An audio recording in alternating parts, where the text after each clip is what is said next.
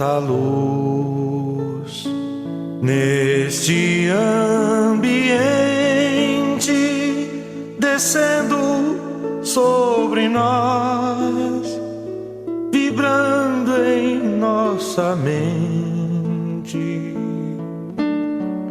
Quanta luz, quando assim em prece minha alma cresce aos olhos de Jesus. Quanta luz, quando em oração a voz. Meus queridos irmãos, que Jesus nos abençoe. Nossos presidentes pediram que nós fizéssemos um pequeno comentário de 25 minutos para falar sobre a tarefa da Casa Espírita. Quando Jesus ele iniciou a missão apostolar, ele reuniu 12 discípulos e os convidou para que viessem jogar as suas redes sobre a humanidade. Começou o seu trabalho de evangelização para mostrar a outra face de Deus, que era até então conhecida como o Deus da guerra, o Deus que punia, o Deus do olho por olho, dente por dente, onde o Filho pagava o pecado do Pai. Jesus trouxe à humanidade a palavra amor e chamou pela primeira vez Deus de Pai. Jesus, estando reunido com seus seguidores, Marta pediu a Jesus que vos ensinasse a orar. Foi então que Jesus proferiu a prece Pai Nosso. Jesus distribuiu durante a sua caminhada a evangelização e a cura e deixou para a humanidade as chamadas bem-aventuranças. Entre elas, bem-aventurados os aflitos. Foi ao encontro da dor. Deixou para aqueles que o seguiram e os convocou pessoas simples, ignorantes, analfabetas, que não compreendiam perfeitamente a missão de Jesus, mas o amavam profundamente. Distribuiu para elas 4 dons: o dom de curar, o dom de ressuscitar os mortos, o dom de expulsar os espíritos maus, os chamados demônios, e o outro de distribuir a palavra de consolação a todos aqueles que iam buscar as suas necessidades.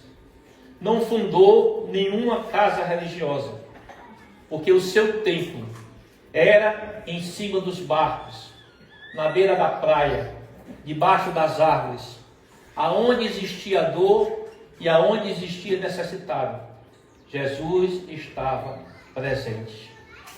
Nunca dormia 2 noites no mesmo lugar, mas o seu rastro de amor preparou os seus discípulos para que eles pudessem levar à frente a tarefa a qual eles haviam sido convocados.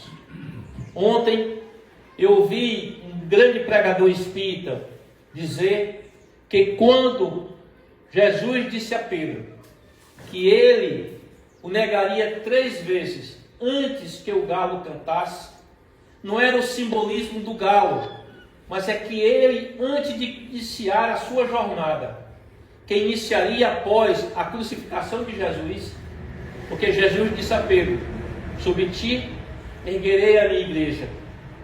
Ele passaria pela negação para se preparar para a grande tarefa apostolar porque era um dos discípulos mais preparados para a tarefa. Jesus reuniu os discípulos pela última vez, na chamada última ceia. E antes disso, ele avisou ao seu colégio apostolar que um dos seus discípulos o iria trair e que ele estaria em breve se entregando ao sacrifício. Foi na última ceia que Jesus mostrou a lição que os seus apóstolos deveriam fazer para com aqueles que o procurassem. Levantou-se da mesa, distribuiu, cortou o pão, tomou o vinho e disse: esse é meu corpo, e do vinho esse é meu sangue. Quem comer do pão e do vinho não terá fome nem sede. Pegou a sua manta, cingiu-a na cintura, pegou de uma bacia e começou a lavar os pés dos seus discípulos. Sobre a contrariedade daqueles que se chamavam Jesus de mestre, Jesus vos disse: se eu, que sou para vós mestre e senhor, vos lavo os pés, que vós não tereis de fazer pelo bem da humanidade. Quando Jesus foi crucificado e os discípulos se dispersaram, Pedro fundou na estrada de Jope a chamada Casa do Caminho, uma casa simples, onde funcionava um pequeno hospital, onde as pessoas que eram deserdadas do mundo, que sofriam das chagas mais virulentas, da peste, do abandono, da depressão, dos chamados endemoniamentos, eram atendidas. E existia um pequeno salão onde os discípulos se revezavam para pregar o Evangelho. Foi a primeira instituição religiosa que foi fundada como modelo de simplicidade. Não existia luxo, não existia sacramentos, não existia ornamentações. Era o Evangelho como Jesus havia ensinado. Por essa casa passaram Paulo, o apóstolo. Por essa casa passou Saulo, o apóstolo. E tantos outros que de lá saíram para divulgar o Evangelho pela humanidade.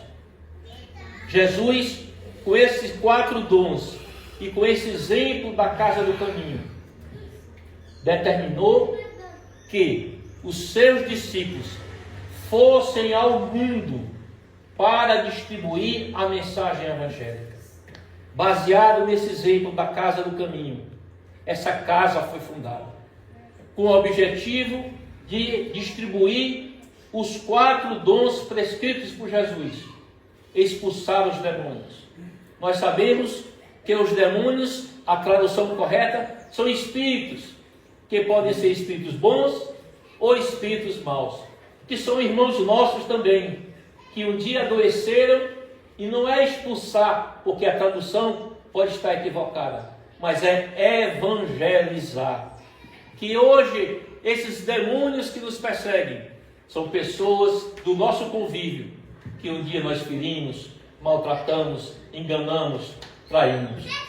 E também curar as pessoas, mas não a cura do corpo, porque Jesus já dizia: eu não vim colocar remindo novo em pano velho, mas fazer a evangelização, para que a pessoa se inspire a fazer um dos atos mais corajosos da vida, que é mudar as suas atitudes, que é mudar o seu pensamento, que é mudar a sua conduta, se livrando das correntes que o arrastam para o abismo. O terceiro: ide e evangelizai. Essa casa, ela ensina a formar novos discípulos, porque nós seremos evangelizadores dentro das nossas próprias casas. As mães, elas serão evangelizadoras dos seus filhos. Os pais serão evangelizadores da sua família.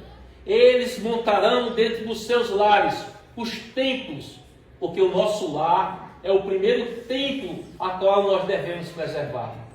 No momento em que a família ela está sendo atacada, o lar está sendo destruído, onde os valores da família passam a ser esquecidos. Então, aqui nós aprendemos que o lar é também um ambiente de provação. É também onde nós recebemos os filhos de Deus, para que nós os preparemos para a vida, para que nós os formemos, para que eles possam ter o melhor aproveitamento da vida e conviver com a esposa, com o esposo de forma harmônica, levando Jesus para dentro da sua casa, através do que nós ensinamos, o Evangelho no lar, para que o lar ele possa ser também um berço da visita de nosso Senhor Jesus Cristo. Nesse momento em que essa casa completa 13 anos, ela passa, Joana de Ângeles diz, que quando uma pessoa, quando uma instituição, ela ultrapassa o seu primeiro decênio, ela começa a entrar no período da sua maioridade espiritual. Foram muitas pessoas que já passaram por aqui e não estão mais aqui. Se nós fôssemos juntar todos que estavam aqui, toda essa área estaria ocupada. Muitos vieram aqui colher a saúde, engravidar, expulsar os seus demônios pessoais e foram, e após a cura, nunca mais voltaram. Mas levaram daqui a semente do Evangelho, para que elas pudessem distribuir aonde estivesse. Mas a mensagem de hoje, que nosso irmão Marquinhos leu na nossa parte introdutória, foi dos chamados trabalhadores da última hora. É aqueles que estavam parados na praça, sem nenhum trabalho. E Jesus, na parábola, diz que o senhor da vinha chegou lá e perguntou: o que é que vocês estão fazendo nessa hora do dia, parado aqui na praça? E os trabalhadores responderam: porque ninguém nos aliciou para o trabalho. Então vamos para a minha vinha, vamos trabalhar. E eles começaram já mais da metade do dia no trabalho, e na hora do pagamento eles receberam igual aos outros trabalhadores que começaram na primeira hora. Nós somos os trabalhadores da última hora. Não somos pessoas perfeitas, somos pessoas que temos desafios, problemas no lar, problemas financeiros, problemas de saúde, problemas da convivência com os filhos, mas somos convocados para termos misericórdia daqueles que sofrem mais do que nós. Não só vimos aqui, como fomos acostumados durante tantos séculos, a sentarmos nos bancos de tantas igrejas e só recebermos o pão, sem dar a nossa contribuição pessoal pelo trabalho. Nesse momento, alguém suicidou-se. Nesse momento, alguém enlouqueceu. Nesse momento, alguém está endemoniado dentro de casa. Nesse momento, existe uma pessoa no hospital, à beira da morte, que foi abandonada pela família. Nesse momento, uma criança, um adolescente, começou a viciação pela droga. Enquanto houver uma dor na humanidade, nós não podemos ser felizes, porque nós somos irmãos em Cristo. A nossa família, ela é muito maior que a nossa família material. É a nossa família espiritual. E hoje, nessa comemoração, nós queremos lembrar que nós precisamos sair da condição de ouvintes para a condição de trabalhador. Como eu posso ajudar Jesus a melhorar a humanidade? Como eu posso ajudar Jesus a transformar esse mundo em um mundo melhor? Começando de nós mesmos. A nossa mudança pessoal, ela arrastará multidões para que o Evangelho de Jesus se instale na terra.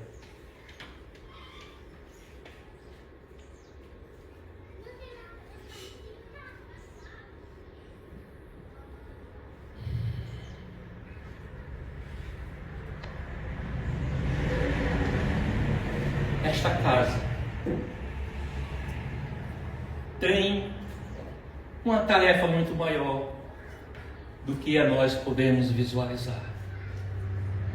Quando nós dissemos aos diretores da casa que desta pequena célula, no meio do alto sertão paraibano, sairiam mais 3 filhos para que o trabalho da evangelização de nosso Senhor Jesus Cristo fosse continuado. A casa de Ouro Branco, a casa de Lavras. Eles ficaram assustados. Como uma casa com tão poucos trabalhadores, tão longe de outras regiões, poderia se multiplicar? Onde se arregimentaria pessoas? E nós intuímos para que pessoas viessem até a casa-mãe, distante nos lugares aonde seriam ajudados, para buscar ajuda. E dessa pequena ajuda, elas transformaram essa ajuda em uma nova casa, em agradecimento à ajuda que havia sido recebida. Também foi fundada a Casa de Lavras, para que aquela cidade foi escolhida como um polo de evangelização. Nós não podemos visualizar o trabalho de Jesus com uma pequena célula. Toda essa energia que é distribuída às pessoas dessa casa de oração, da casa de Ouro Branco, da casa de Lavras e da casa de Icó e Iguatu, que irá surgir mais na frente, nós cruzaremos as energias para sustentar emocionalmente a vacina contra o suicídio, a vacina contra a loucura, a vacina contra a depressão. Cada vez mais, meus filhos, chegarão crianças endemoniadas, crianças depressivas, nascerão crianças autistas, crianças com tendência ao suicídio. As nossas casas precisarão de trabalhadores, de mães que possam, agradecidas, nossa irmã Osana e a seu digníssimo esposo, a quem eu pessoalmente agradeço por ter cedido aquele espaço para que o Evangelho de Jesus pudesse resplandecer no coração daquelas pessoas.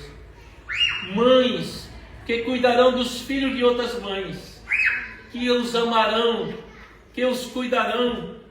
Vossos ventres têm que se encher, vossos filhos têm que vir para receber o pão do Evangelho, para passarem pelas nuvens tempestuosas que abrasarão a terra. Meus irmãos, sirvamos a Jesus.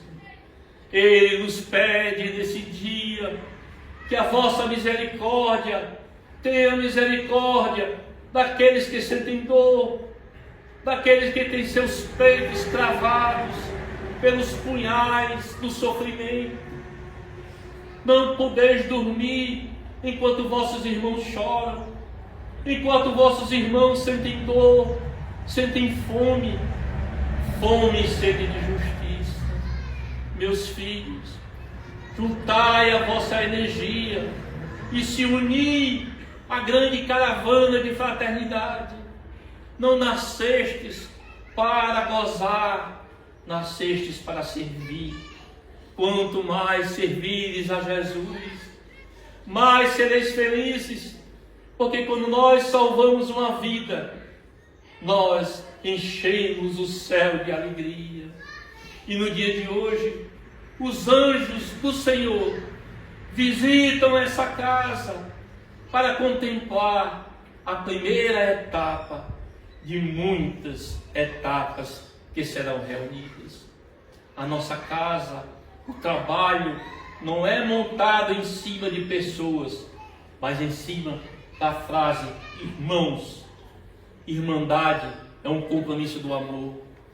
Juntar pessoas com diferenças, com gostos diferentes, mas unidas em um só objetivo: servir a Jesus. Que Deus vos ilumine, para que vossas consciências se abram para doar a Jesus o bem mais precioso, que é o bem do tempo. Ah, minha filha, como é bom anunciar que os que se foram precipitadamente vão voltar para a terra, para buscar agora a evolução. Vão voltar aqueles que já partiram, para que eles pudessem também reiniciar a sua tarefa. Eu vos abençoo, em nome de nosso Senhor Jesus Cristo, e em nome de toda a Assembleia Espiritual que aqui está presente, vosso servo anônimo de sempre, vosso amigo imparcial, vosso irmão Zé Grosso, que Deus os bendiga.